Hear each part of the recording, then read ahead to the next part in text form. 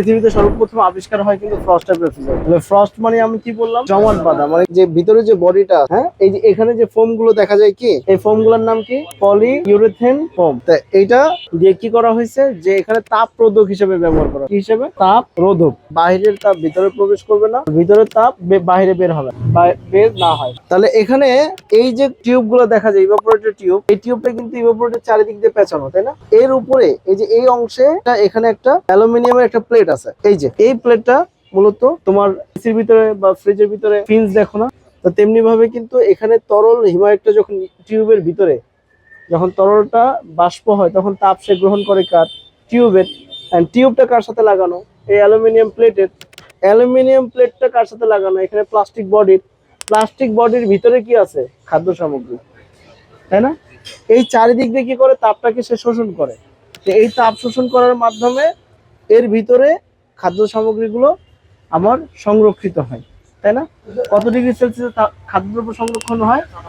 -18°C। এটা primary evaporator, এটা secondary. এটার মধ্যে খুবই কম গরম হওয়ার কারণ হলো আমার ফ্রেশ ফুড কম্পার্টমেন্টের তাপমাত্রা 5 থেকে 10°C তাপমাত্রা নিয়ন্ত্রণ রাখার জন্য এখানে ইভাপোরেটর টিউব কম। এখানে তাপ শোষণ করবে কম, আবার ঠান্ডাও হবে কম, রাইট? এই কম্পার্টমেন্টের নাম কি?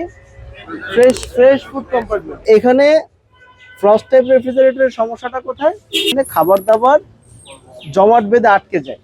এই জন্য সায়েন্টিস্টরা কি করেছে, যে ফ্রস্ট টাইপ রেফ্রিজারেটরকে আপগ্রেড করে এটাকে নিয়ে আসছিল ডিফ্রস্ট টাইপ রেফ্রিজারেটর। জমাটও বাঁধে, আবার হিটারের মাধ্যমে বরফটা গলায় দেওয়া হয়।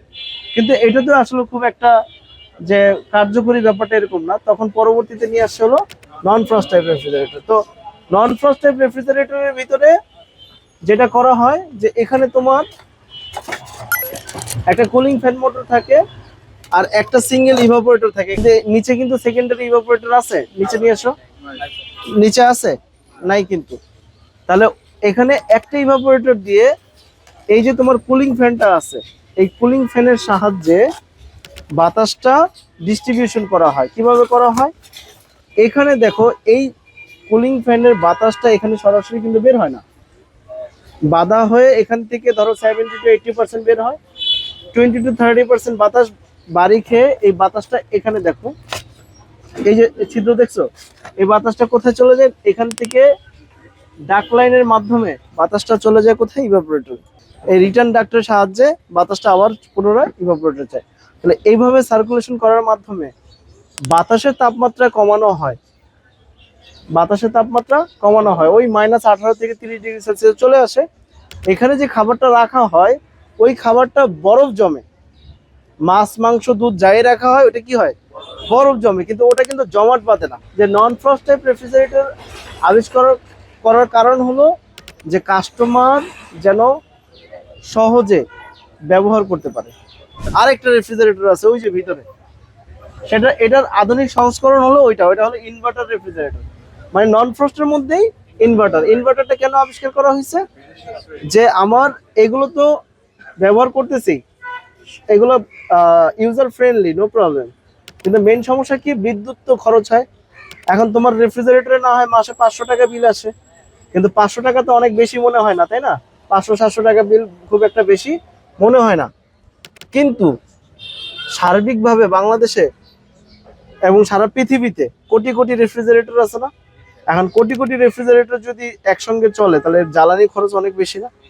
এয়ার কন্ডিশনিং সিস্টেম এমনভাবে আবিষ্কার করা হবে যে বিদ্যুৎ খরচটা ধরো 40 to 50% কমে গেল। তাহলে 50% যদি কমে যায়, ধরো 500 টাকার বিল 250 টাকা আসে, 250 টাকা তোমার কিছু যায় আসে না, কিন্তু একটা দেশের গভর্নমেন্টের জন্য কিন্তু অনেক টাকা। কারণ সেটা 250 টাকার হিসাব না, এখানে তো লক্ষ লক্ষ রেফ্রিজারেটর আছে। আর টাকা থাকলে তো হবে না, জ্বালানিটা থাকা লাগবে না। এই কারণে সারা পৃথিবীর সায়েন্টিস্টরা এখন ইনভার্টারের দিকে ঝুঁকতেছে। এখন এখানে কিন্তু তোমার আইস জমে যায়, যার কারণে যেহেতু মাইনাস টেম্পারেচার, আইস জমে যাওয়ার কারণে বাতাস সার্কুলেশনে প্রবলেম তৈরি হয়। এই জন্য ফিন্সের ঘনত্ব কিন্তু এখানে কম। আর এখন নিচের টেম্পারেচারটা কন্ট্রোল করার জন্য কিন্তু আরেকটা এই যে ডিভাইস আছে, এটার নাম হলো ড্যাম্পার। মনে আছে কি বলা হয়? ড্যাম্পার। এই ড্যাম্পারটার কাজ কি? যে নিচের বাতাসটাকে কি পরিমাণে আসবে সেটা নিয়ন্ত্রণ করবে। ফ্রস্ট ক্যাটাগরির রেফ্রিজারেটর, কিন্তু এটাকে কি বলা হয়? Chest type. ক্লিয়ার? যেটাকে আমরা কি বলি? Deep fridge. আমরা সাধারণ মানুষ কি বলি? ক্লিয়ার? তাহলে বাকিটা আমরা ক্লাসরুমের মধ্যে ইনশাল্লাহ শিখব। We are from